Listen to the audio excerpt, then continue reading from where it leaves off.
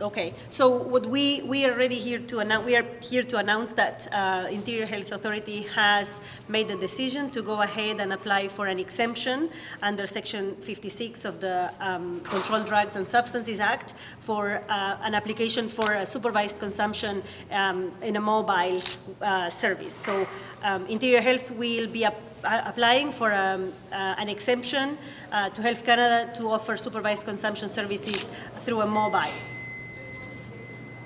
What does that mean? So, as you know, Interior Health has been engaging with different stakeholders in a conversation about offering supervised consumption. Supervised consumption is one of the services that can be offered within the scope of harm reduction services. There is harm reduction services offered in the interior already.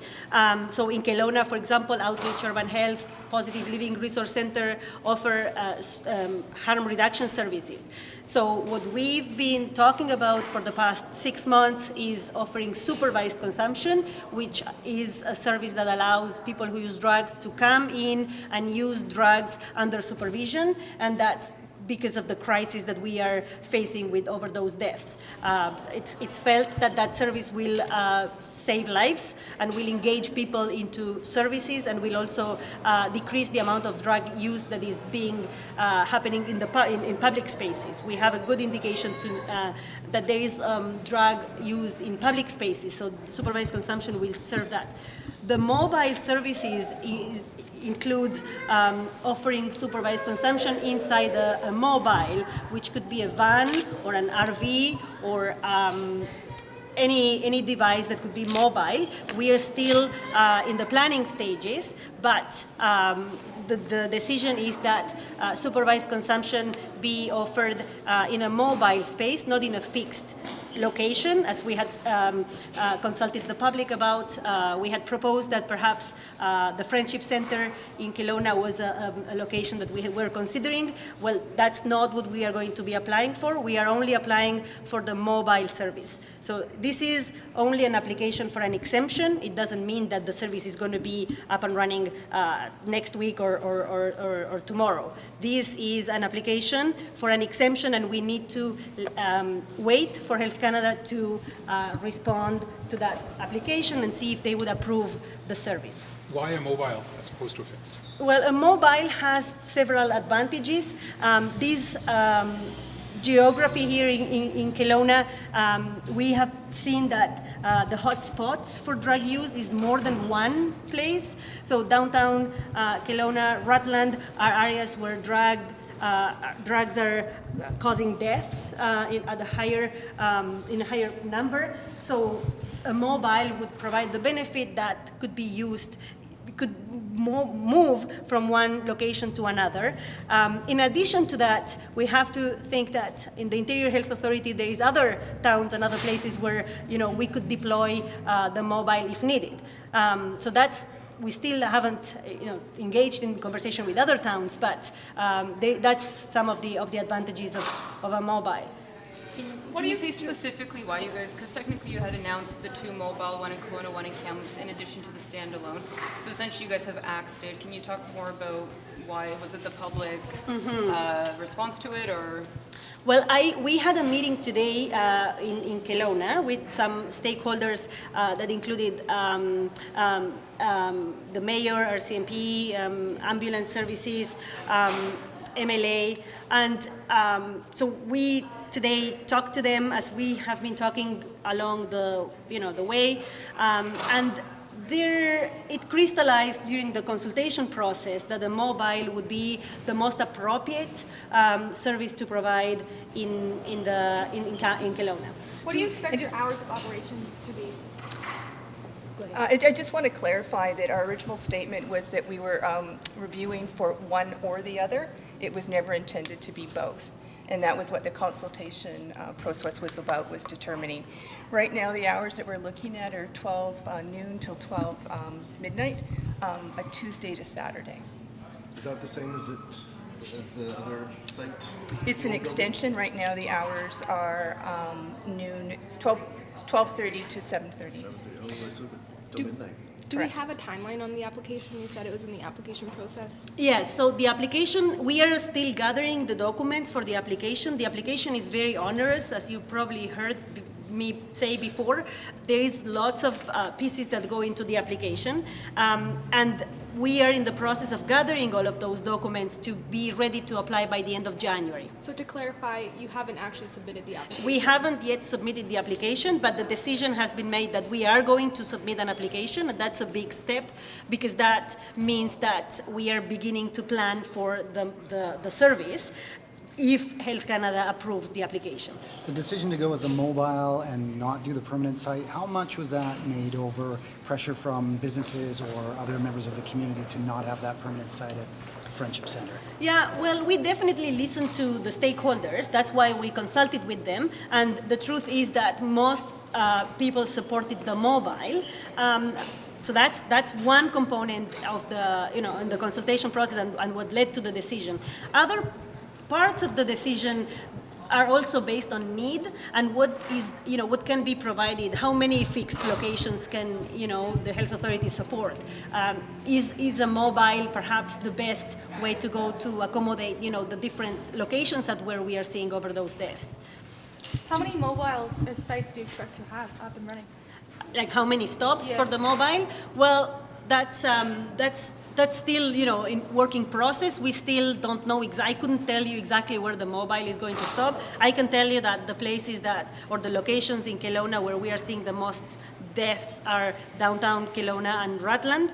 So I would expect that the mobile would stop at those locations. But the specific location where the mobile is going to stop, there is, requirements like we need to be able to have power at those locations. So there is a lot of logistics, and that's, Deb's group is looking at every detail, which is, quite the onerous sort of planning.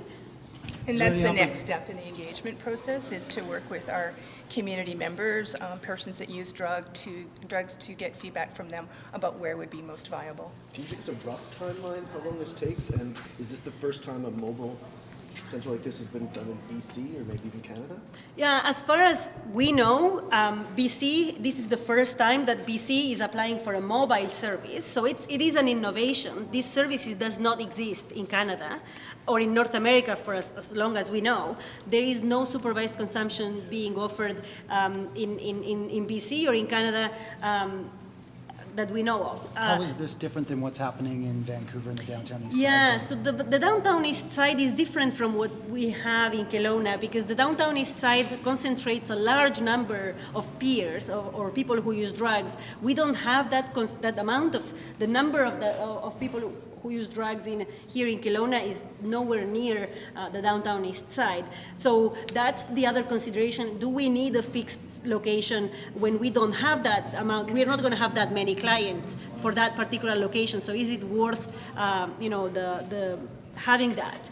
And as we said, the community consultation also led us to believe that the mobile is the best option. But the mobile units they have out in Vancouver right now, how will this one that you're applying for be different than those? Yeah, so what the mobiles are that are available in the downtown east side, I understand are there to provide medical services, acting more like an overdose prevention site.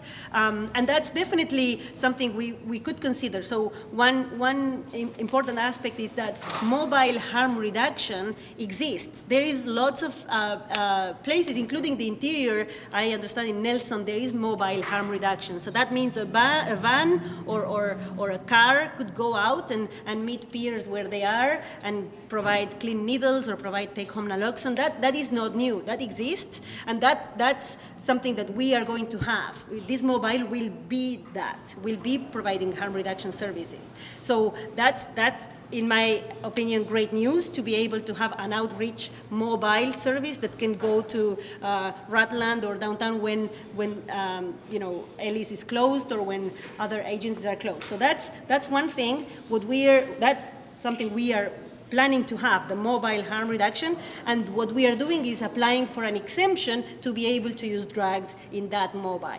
So if this is a bigger, if you can imagine, now we are a bigger mobile where people can come in and use their drugs in there. That's the application. How Supervised exactly- injection, Yes. supervised consumption then. Yeah, but if we have a, say, if Health Canada was to reject the application, we could still end up with a mobile harm reduction, and that is a benefit to the city. So we could call this a mobile supervised consumption or supervised injection site. Yes, that's what we are aiming for through the application. Did you address how long you thought it would take?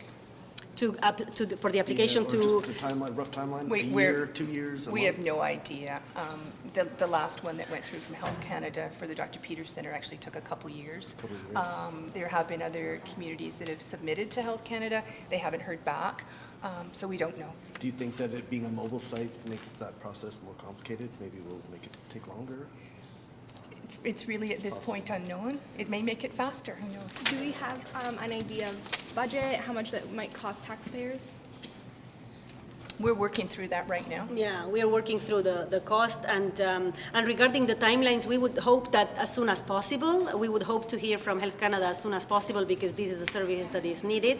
Yeah. We don't know how long it's going to take for them to get back to us. We would hope that it's less than years.